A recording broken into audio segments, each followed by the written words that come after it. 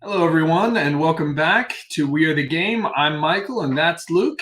And today we're going to be talking about the Arizona Cardinals' upcoming game against Tampa Bay here on Sunday. Uh, I think, an initial viewpoint of this game, a lot of people would just say, "Well, let's see Tampa just roll right through here."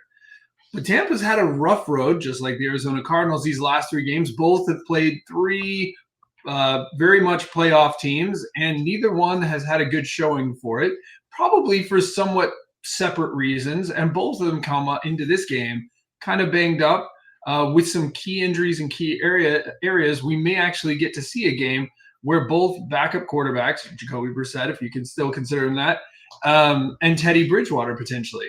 There's a lot of question marks kind of going into this game from a health standpoint and probably from an outcome standpoint.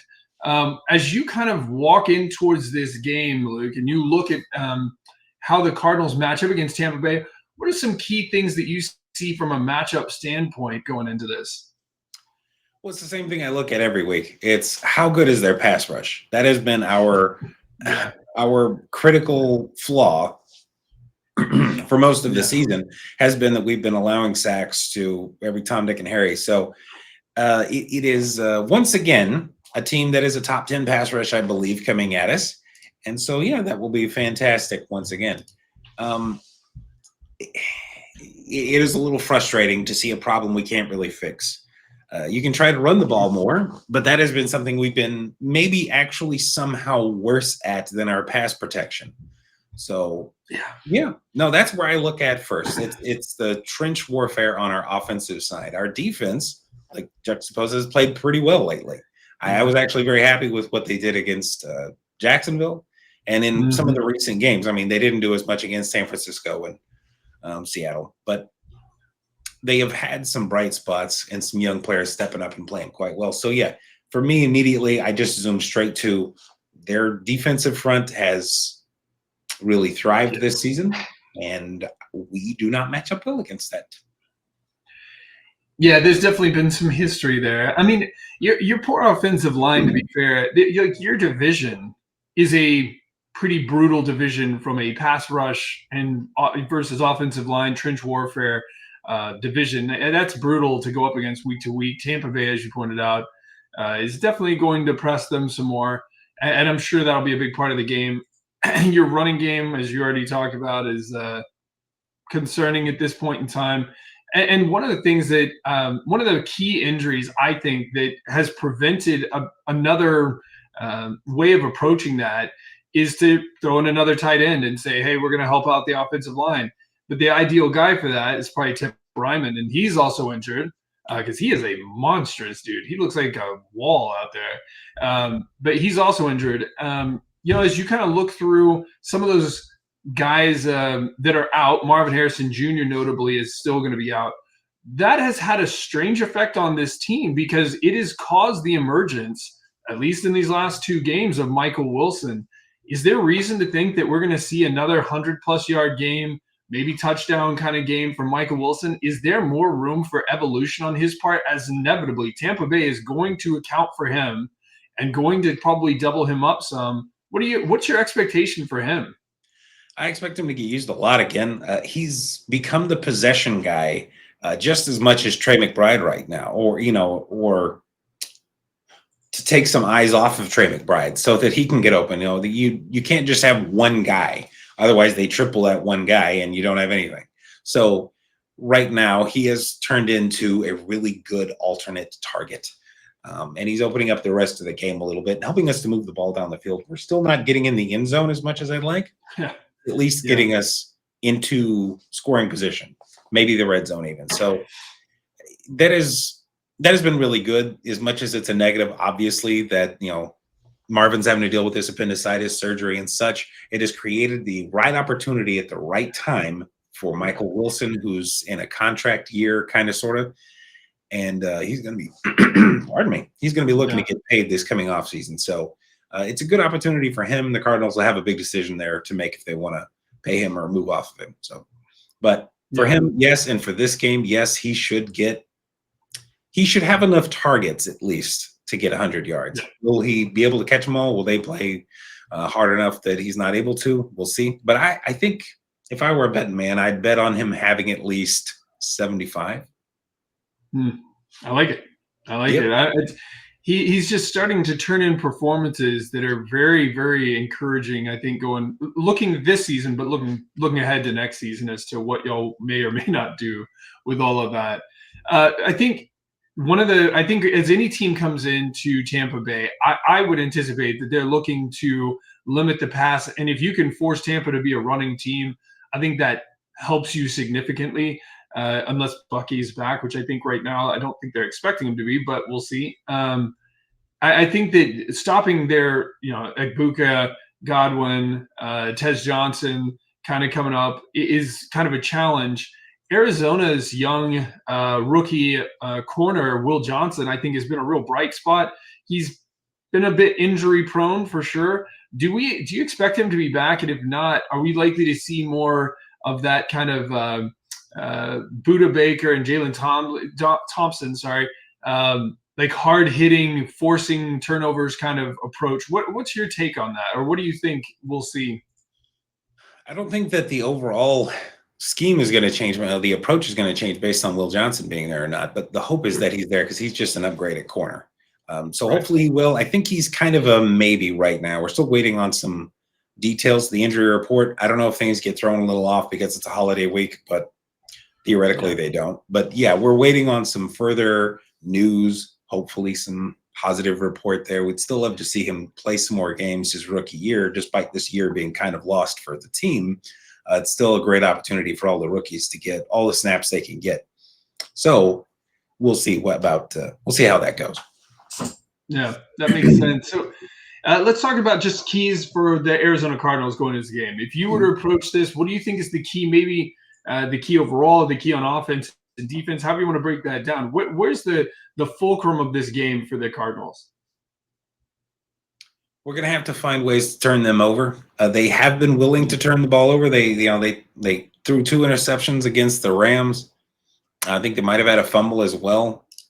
But yeah, no, they didn't lose that one. My bad. So if we can turn them over, kind of like how we did against the Jags, it'll give us a chance. Now, I don't expect us to, win the turnover battle 4-0 again. That's just unreasonable. But if we can win the turnover battle, create some opportunities like that, it'll keep this close. And give us enough chances, because I do feel like this is kind of a rough matchup for our offense against their defense. I think if Jacoby can get a little bit of time, then yeah, he can move the ball down the field.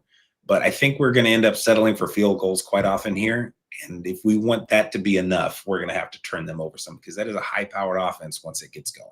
So, No, that makes sense. I guess a follow-up on that would be, what am I supposed to think of Chad Ryland? Chad missed one in the last game.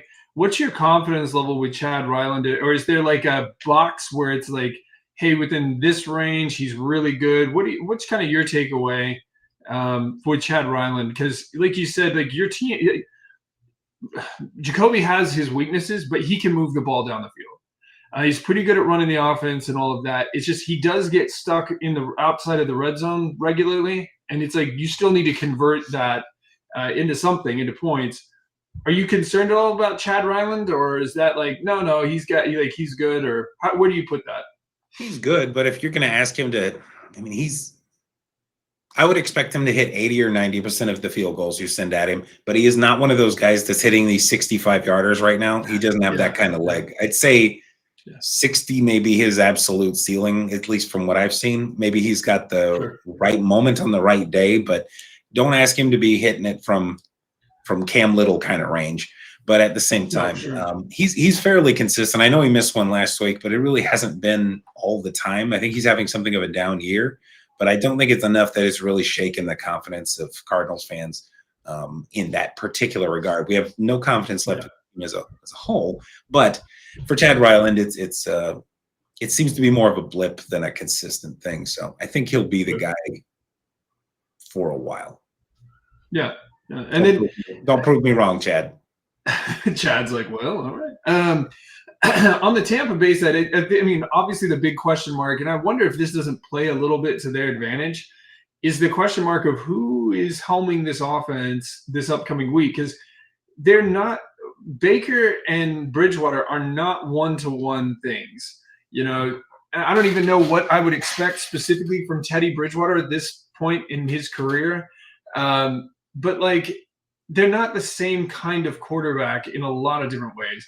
So I think trying to prepare for each one is different and would be challenging and might even play a little bit to their advantage. But what is your kind of expectation of how their offense is going to come at your defense this upcoming week? Do you expect that to be what I think most people think of the Bucs, which is, hey, they're going to be shooting the ball all over the place? What's kind of your take on that, or your expectation?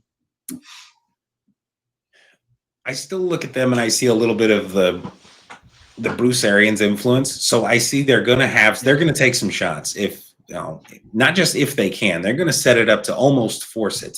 Like, they're going to create a lot of opportunities, and they're going to be looking to take those opportunities. So they would love to get the run game going. If Bucky Irving plays, I feel like that's basically a nail in our coffin, because it'll make them too complete. You know, they've always got this sneaky tight end that's pretty solid at, extending possessions. Tez Johnson has been, surprisingly good for a rookie, although I did like him coming out of the draft. They've just got enough that I think they're going to, move the ball pretty well. But yeah, I expect them to take some shots. And I am more scared of, I know there's still some question on if Baker's going to be able to play. I think that he will, but we'll see. There's a few days between now and then. I am more scared of Baker, obviously, than I am of Teddy Bridgewater. But Bridgewater he's shown a willingness to heave the ball down the field himself. So we can't let those get behind us, is the short version. So if you can get beat on one or two of those in a game and be okay, but that's the kind of team that might drop 5 or 6 if you're not careful. So. Oh yeah, I would wholeheartedly agree. Okay, so how are you calling this game, and what would you think the score is going to look like if you were taking a guess at it? Not to be pessimistic, but I just don't feel like we mesh up very well against them. I think their pass rush is really going to cause problems for us. And I think that they're probably going to get right. They've played better at home. I think this season, maybe I've got those stats backwards, but I think they're better at home. And I think they're probably going to get kind of right on us. And I think this could be like a 30-17 Tampa kind of win. But my worry is that we end up seeing some more Caden Slovis, because eventually Jacoby Brissett's going to have gotten hit one too many times, and I'm just a little worried about that man. So we'll see what happens there. We have one more week. It's worth noting this is the last week before Kyler Murray is eligible to return. It's primarily believed that he will not play another snap this year. It's actually primarily believed that he won't play another snap in a Cardinals jersey. But that's the story for another day. Speculation for another day.